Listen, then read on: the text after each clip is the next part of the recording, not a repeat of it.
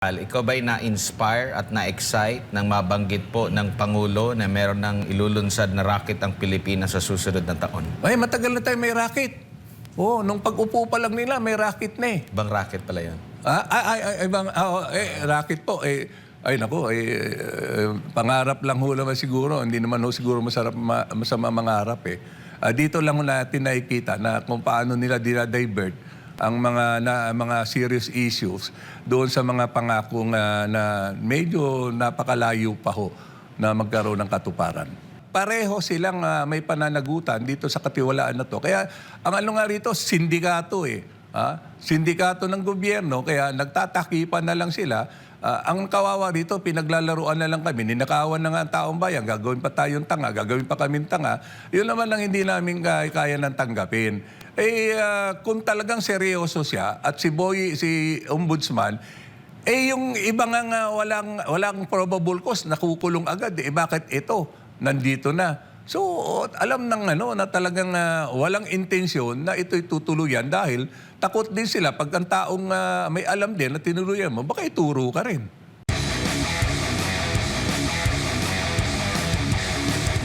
Napanood ho ba ninyo yung ikalimang State of the Nation address ng Pangulo kahapon? Napilitan akong manood dahil maraming dapat ipaliwanag sa tao. Pero as usual, ang dami pa rin katanungan at dapat na masagot dahil puro pabitin, puro title lang, pero kulang ng laman at substance. Pero doon sa kanyang naging SONA, lalo na nakatuon po sa mga LGU, may pahayag po siya doon na ibinaba yung karagdagang halos 58 bilyong piso pondo sa mga lokal na pamahalaan. Kayo bilang konsehal ng Quezon City, paano po ninyo matitiyak na ito pong ganitong pondo ay makakaabot po sa mga kababayan po natin, lalo din po sa distrito po ninyo?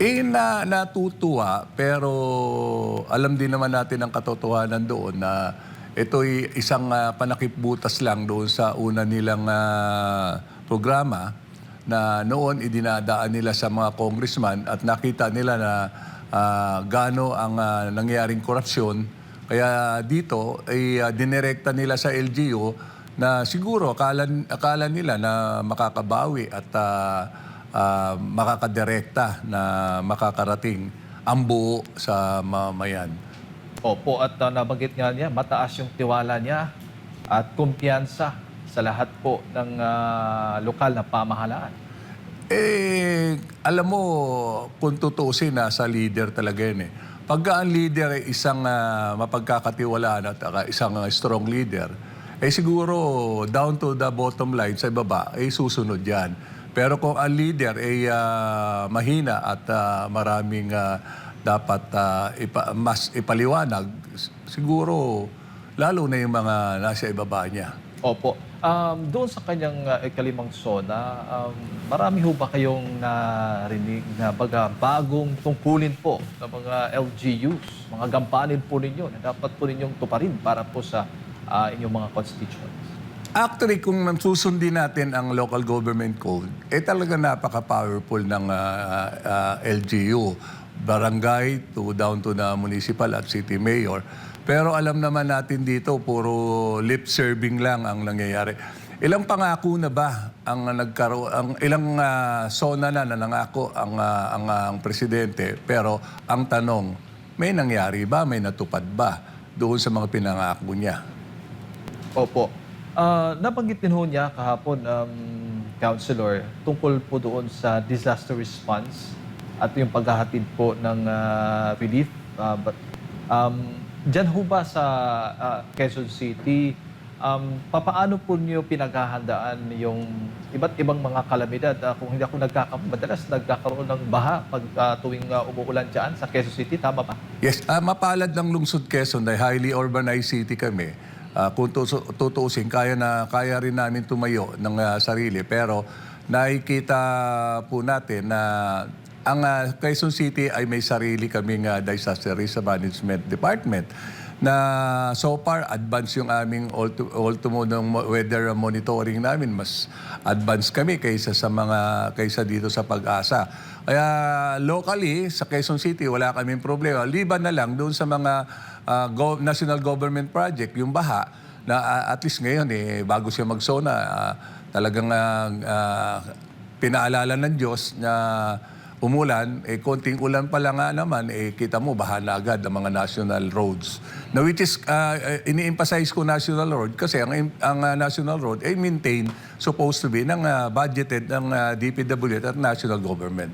So far naman yung response ng government, national government sa pagbibigay ng tulong, ayuda doon sa mga na biktima, apektuhan ng mga kalamidad. Ano naman po tingin niyo? Ang ayuda naman kasi selected lang din ang hindi naman lahat ay nabibigyan ng ayuda. Alam mo, ang Quezon City is isa sa mga may pinakamalaking populasyon at malaki sa populasyon namin, tinatawag namin mga urban 4. Pero ang ayuda,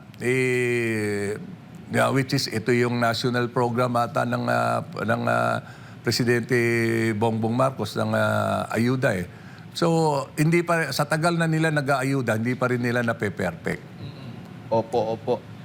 Nabanggit din niya yung dahil mayroon na tayong konsepto ng state of imminent disaster, hindi na natin hihintayin na mangyari ang sakuna. Aagapan natin ang paghahanda at pagresponde. Sabi pa niya, dito sa Metro Manila, masigasig ang ginagawang paglilinis ng mga estero at impurnal sa pangunguna ng MMDA. Ito po ay kabilang sa mga ibinida po niya kahapon sa kanyang SONA, Councilor. Anong mga masasabi Yes, po niya? pero alam naman natin na ang dami pa rin dapat ipaliwanag ang MMDA based doon sa flood control program. Kasi bukod doon sa national budget, national program, ang MMDA ay may sarili ring pondo. Now, it is World Bank Finance din yan noong 2017 to hanggang 2023. Napakalaking bilyon ang binigay dyan na which is hindi rin namin ma-account. At kami rin sa Quezon City, nung pag-upo ng administrasyong ito, nag-privilege speech ako, pina-account ko yung tinatawag nilang flood control project sa amin dahil na may mga tinatawag, identified kami na river, na San Francisco River, na ito yung contributory na papuntang mula ito sa Valenzuela, dumadaan sa Quezon City, dumadaan sa San Juan at lalabas po doon sa Manila Bay. Ito'y karugtong pa doon sa tinatawag nating writ of kalikasan ng Supreme Court na mandatory dapat na i-clear at linisin yung mga estero natin. Ang laking pondo, pero hindi nila ma-account hanggang sa pumutok uli itong flood control scandal ng national government. Nagpatong-patong na ang problema ng korupsyon dito sa infrastructure, lalong-lalo sa flood control program. Opo. Diyan ba sa Quezon City, issue ho ba yung waste management? Dahil kahapon din nabanggit po niya na one systematic intervention is to update our 25-year-old Ecological Solid Waste Management Act. Tapos we can draw inspiration from the solid waste management practices being championed by the MMDA dito daw sa Metro Manila. Alam mo, nakakalungkot, kumpleto sa batas Pero as much kami sa Quezon City, meron ho kaming strict implementation ng national laws po natin yan, environmental laws. Pero dahil nga rin po, sinasabi ko nga na malaki rin ang aming constituent na nakatira doon sa mga riverbank, doon sa mga estero, na which is pinondohan na nga ho yan. Ilang beses ng pondo yan, yung writ of kalikasan ng Supreme Court, ng Mandamos, ng Manila Bay, i-clear yung mga estero, yung mga squatter, pero hindi pa rin ho naman na gagampanan ng national government.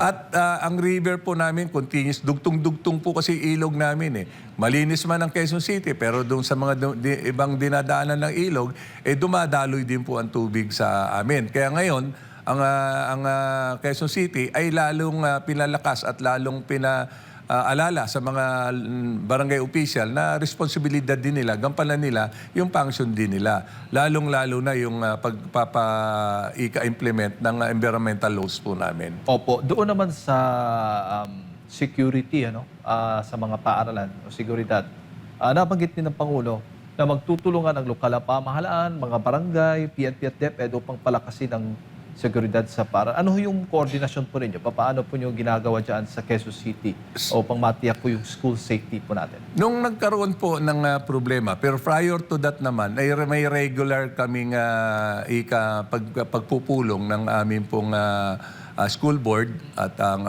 aming pong mga barangay at ating pong kapulisan. Ako po bilang chairman ako ng Public Order and Security ng Lungsod Quezon, bago pa man po, may mga presensya na ng ating mga barangay tanod at ang ating pong kapulisan, ang mga primary school, lalong-lalo na yung mga high school po ng Lungsod Quezon. Opo, dahil nga ay sa mga, alam mo naman, yung parang nagiging violente na yung mga kabataan na ngayon. So far naman na counselor, wala namang ganyan dito sa Quezon City. Yes, alam mo, talagang lahat ito ay drug-related crimes ang nangyayari. Dahil kahit sa barangay, lalo na sa Lungsod Quezon, kahit sa barangay, ay lumalakas uli at dumadami ang mga droga.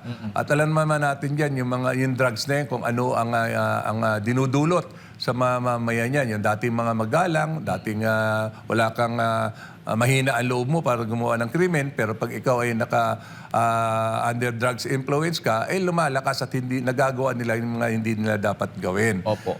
Yun talagang problema dyan. Talagang ang drugs, pag malakas ang drug, ay magkakaroon talaga ng breakdown ng peace and order. Opo. Sa issue naman po ng pabahay, kasi nabanggit din ho ito ng Pangulo, katuwang ang pribadong sektor at lokal na pamahalaan, puspusan natin pinupuno yung kakulangan sa pabahay sa buong bansa. Ano ho yung partisipasyon ng mga LGUs hinggil naman dito sa pagpapatupad ng housing projects? Yes, gaya nga na sinabi ko, mapalad kaming Quezon City dahil highly urbanized kami at malaki-laki rin ang pondo namin. At priority program ni Mayor Joy Belmonte na ang pabahay ang maging legal. Kasi marami kaming informal settlers. Kaya nga ang policy ni Mayor na walang madidemolish at walang marirelocate outside Quezon City. Pero ang Lungsod Quezon, may sarili kaming housing program na binibili na ng Lungsod Quezon yung mga private lots at binibenta dito sa mga informal settler natin. Pero ganun pa rin, kulang pa rin, hindi pa rin kaya ng effort ng Quezon City, na which is yung pangako nga ni Presidente Bongbong noon na 1 million a year na housing. Mukhang drawing na naman.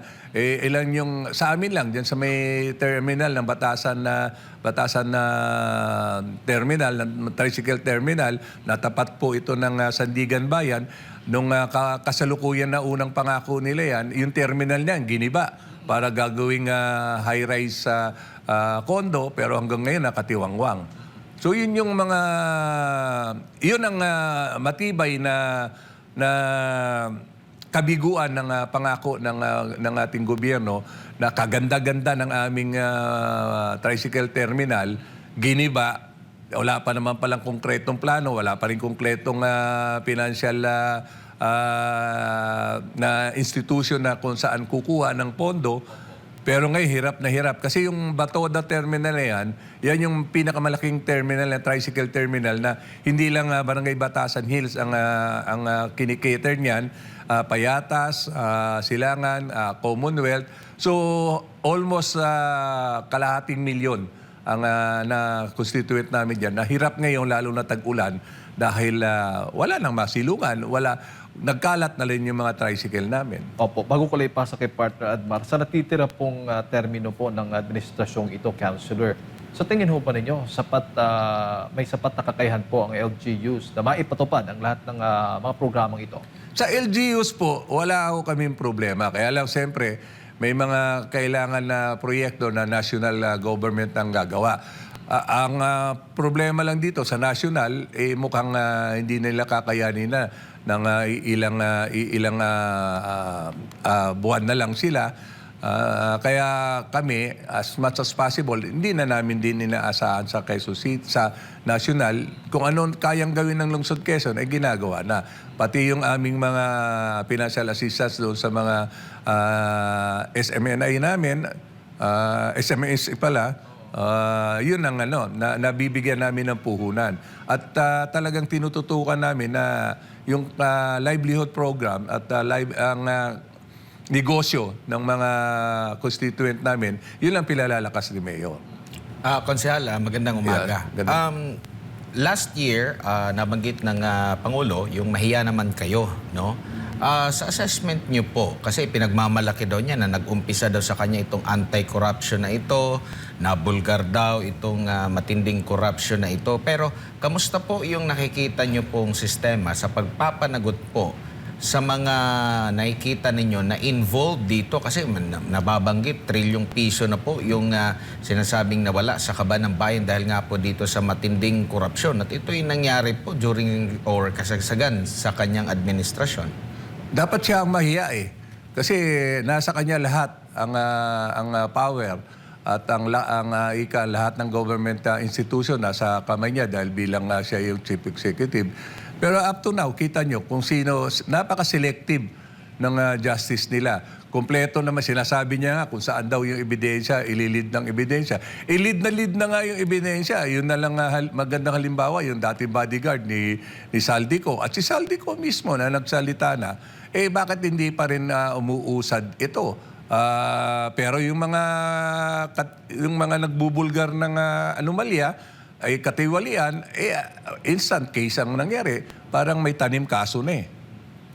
Opo, at dito po sa kanyang performance sa anti-corruption, ito rin yung numero 1 na lumalabas po sa pagtatanong ng mga iba't ibang mga survey firms ng ating mga kababayan na dapat tutukan. So, ibig ba sabihin, hindi kontento ang ating mga kababayan sa anti-corruption ito? Parang hindi makatotohanan, Konsehal?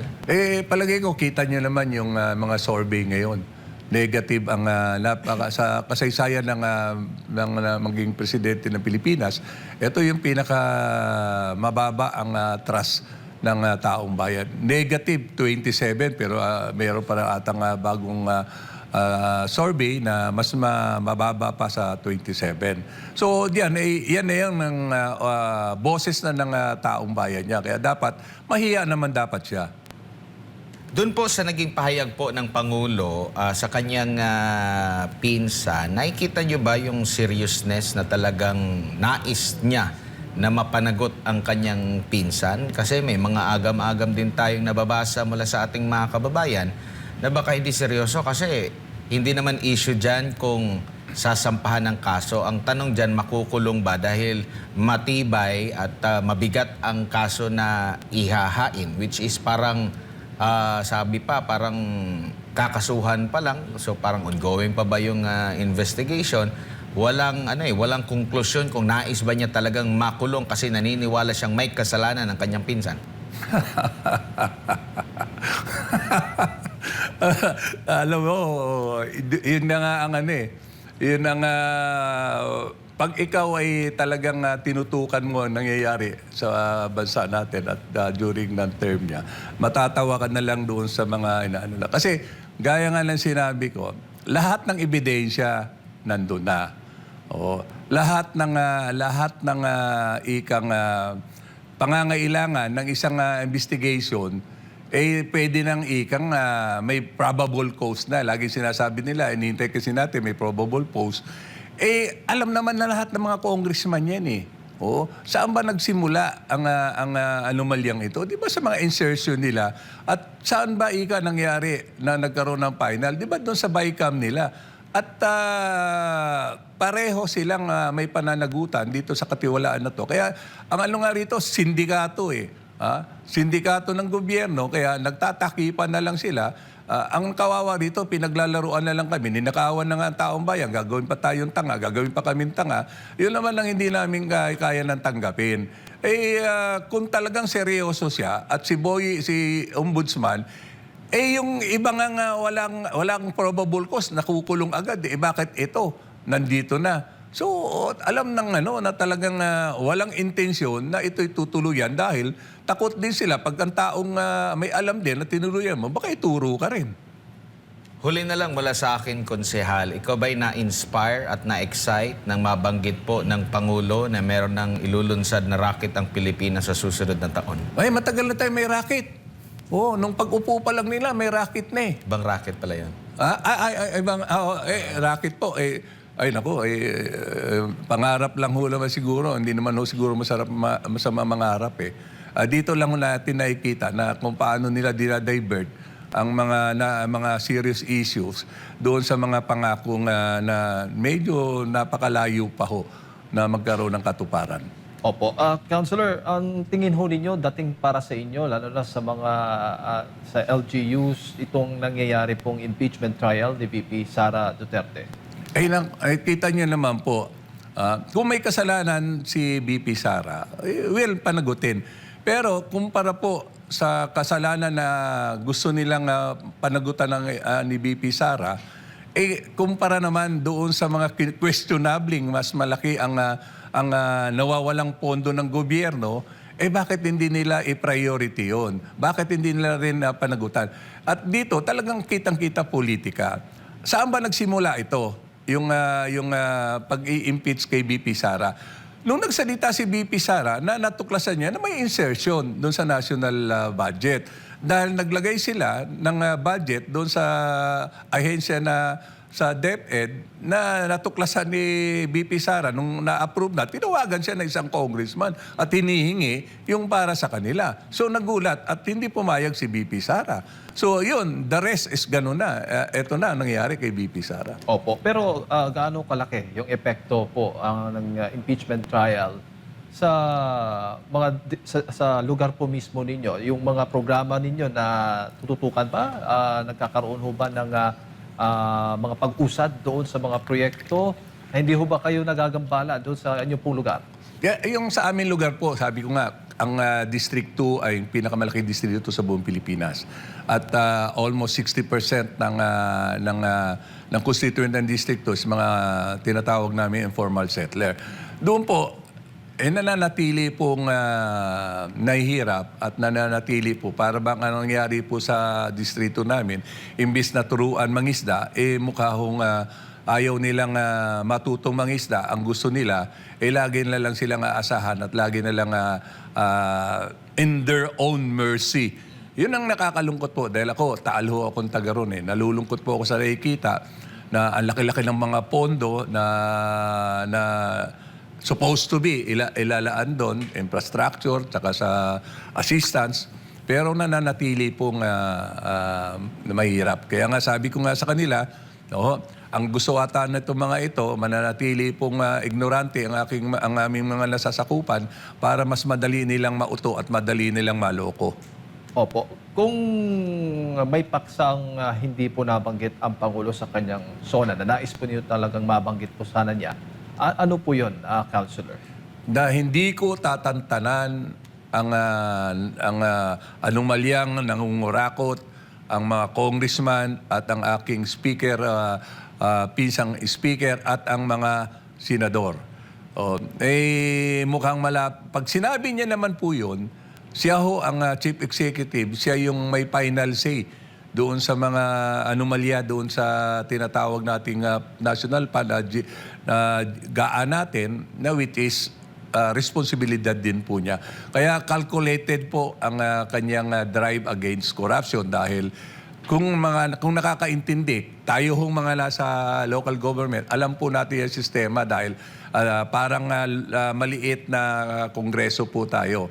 So, alam natin na may pinagtatakpan at mayroong iniiwasan. Opo. Siguro, Counselor, yung mensahe po ninyo sa lahat ng ating mga kababayan na nanonood po sa mga oras na ito, lalo na po dyan po sa inyong distrito. Yes, ako po ay nananawagan na sana po ay matuto na po tayong pumili ng tamang leader.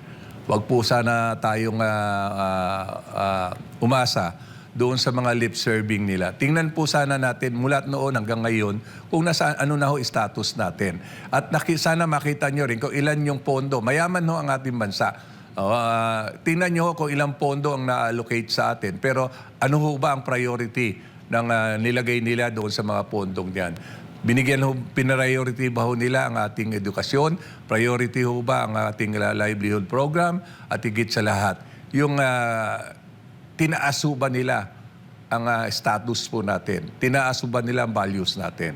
Tinaaso ba nila ang pagkatao natin?